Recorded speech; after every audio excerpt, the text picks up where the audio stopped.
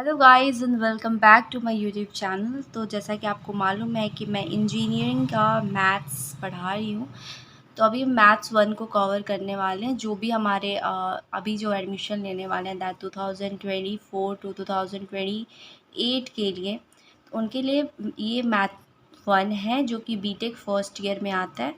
तो ये हम उसको कवर करने वाले हैं। ये बहुत इजी है, ये बहुत स्कोरिंग भी है। जैसे कि आपको मालूम है मैं बीटेक थर्ड ईयर में हूँ। तो मैं बस चाहती हूँ आप लोगों को बताना कि हाँ आप कैसे कवर कर सकते हो सब चीज़ों को। सो स्टार्टिंग से स्टार्ट करते हैं। जब मैंने अपनी पढ़ाई स्टार्ट करी थी, तो जब मैं क्लासेस में गई हुई थी, तो ये वाला चैप्टर जो है मैट्रिक्स, वो बहुत ही सिंपल चैप्टर है और हम बताएंगे इसको कैसे कैसे कवर करना है और कौन कौन सा पार्ट इसमें आ रहा है जो कि इम्पॉर्टेंट है, कौन सा इम्पॉर्टेंट नहीं है, कौन सा स्कोरिंग है, मैं आपको सब डिटेल में बताऊँगी। प्रीवियस ईयर क्वेश्चन भी हम सॉल्व करेंगे एंड मेरे नोट्स भी शेयर करूँगी मैं। So please do subscribe my channel. So हम स्टार्ट करते हैं। एब्जॉर्ब कर रहा है कि क्या क्या आता है एग्ज़ाम। सबसे पहले कि 2 मार्क्स क्वेश्चन में आपको 2 क्वेश्चन मिलेंगे। सबसे पहला हमारा जो सेक्शन ए होता है वो 2 मार्क्स का होता है, जिसमें से 2 क्वेश्चन आते हैं मैट्रिक्स से, मतलब आप 4 मार्क्स इससे स्कोर कर सकते हो सबसे पहले। सेकेंड सेक्शन में आते हैं, वो होता है 7 मार्क्स का, राइट। 7 मार्क्स के क्वेश्चन में आपको एक क्वेश्चन मिलेगा मैट्रिक्स से, 2 भी मिल सकता है। तो आप सोचो कि आपको 14 मार्क्स इससे मिल जाएंगे, राइट। एंड सेक्शन सी में चलते हो तो उसमें क्या होता है ना, आपने अगर क्वेश्चन पेपर देखा होगा, नहीं भी देखा होगा तो मैं दिखाऊंगी। तो सेक्शन सी में क्या होता है कि एक क्वेश्चन के ना 2 ऑप्शंस होते हैं, राइट। तो उसमें दोनों में से कोई एक करना होता है। फिर दूसरा क्वेश्चन होगा, उसका 2 ऑप्शन होगा, उन दोनों में से एक करना होगा। इसमें भी आपको इस वाले में 2 क्वेश्चंस देख सकते हैं, तो इससे भी आप 7 मार्क्स स्कोर कर सकते हो, राइट। तो आप कुल मिला करके पूरे इसे 20 से ज़्यादा मार्क्स स्कोर कर सकते हो इससे, ठीक है।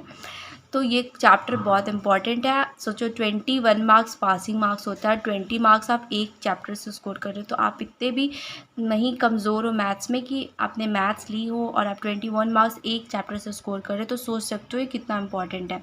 तो हम स्टार्ट करते हैं। तो देखो, हम सबसे पहले करने वाले हैं रैंक ऑफ मैट्रिक्स। क्योंकि मैट्रिक्स स्टार्ट होगा तो सबसे पहले रैंक ऑफ मैट्रिक्स निकालना हमें सीखना होगा, ठीक है। तो रैंक ऑफ मैट्रिक्स जो होता है मैं सिखाऊंगी कैसे सॉल्व करते हैं। तो उसमें ना 2 टाइप्स के रैंक ऑफ मैट्रिक्स होता है, ठीक है।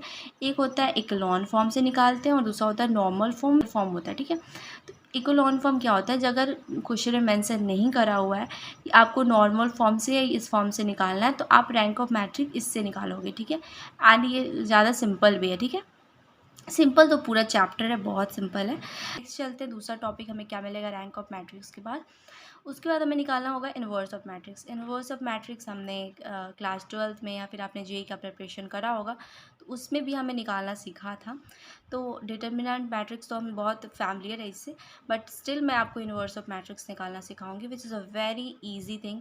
एंड इसमें क्या करना होता है, अभी तो आई डोंट नो कि आप लोगों ने मैट्रिक्स बनाना सीखा है नहीं, लेकिन मैं आपको सब बताऊंगी। एग्जांपल बताती हूँ। अगर यहाँ पे कुछ भी लिखा हुआ है, कोई भी मैट्रिक्स लिखा हुआ है यहाँ पे, तो इसमें क्या करना होता है कि ये वाली जो पार्ट है ना, ये फर्स्ट रॉ के हेल्प से इन सारे पार्ट को 0 बनाना होता है। एंड इनवर्स वाले पार्ट में क्या होता है कि इस वाले पार्ट को आप 1 बना दो, या फिर ये जैसा भी आप चेक कर लो। अगर ये 2 से डिविजिबल है तो इसको आप 2 से डिवाइड भी कर सकते हो।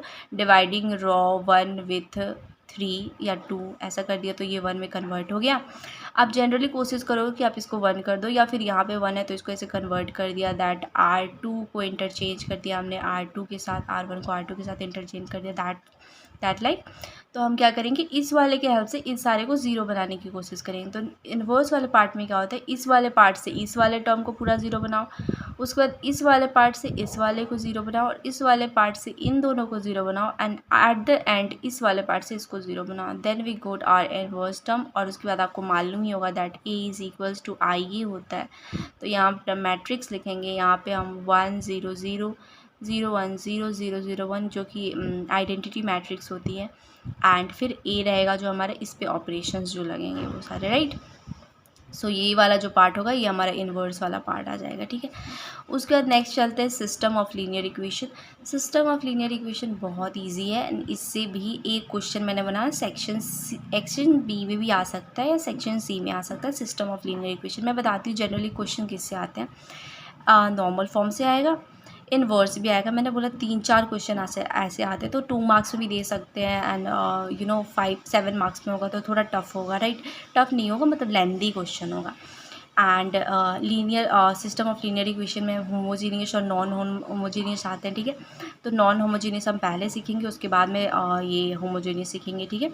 ये भी बहुत ईजी है। उसके बाद में linear dependence and linearly dependence and linearly independence पे हम चलेंगे। सो ये भी बहुत इजी है। इसमें क्या होता है कि गिवन होता है हमारा पर्टिकुलर, जैसे 2, 3, 5, 7, राइट।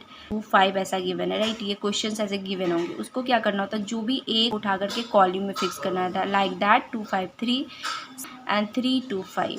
एंड इससे हम हर्मिटियन मैट्रिक्स, ये भी ईजी मैं आपको सिखाऊंगी। So this is all for the matrix chapter, जिसको हम बहुत जल्दी स्टार्ट करने वाले हैं। So do subscribe my channel and देखते रहना, कैसे मैं सारे को प्लेलिस्ट में ऐड कर दूँगी। So thank you so much.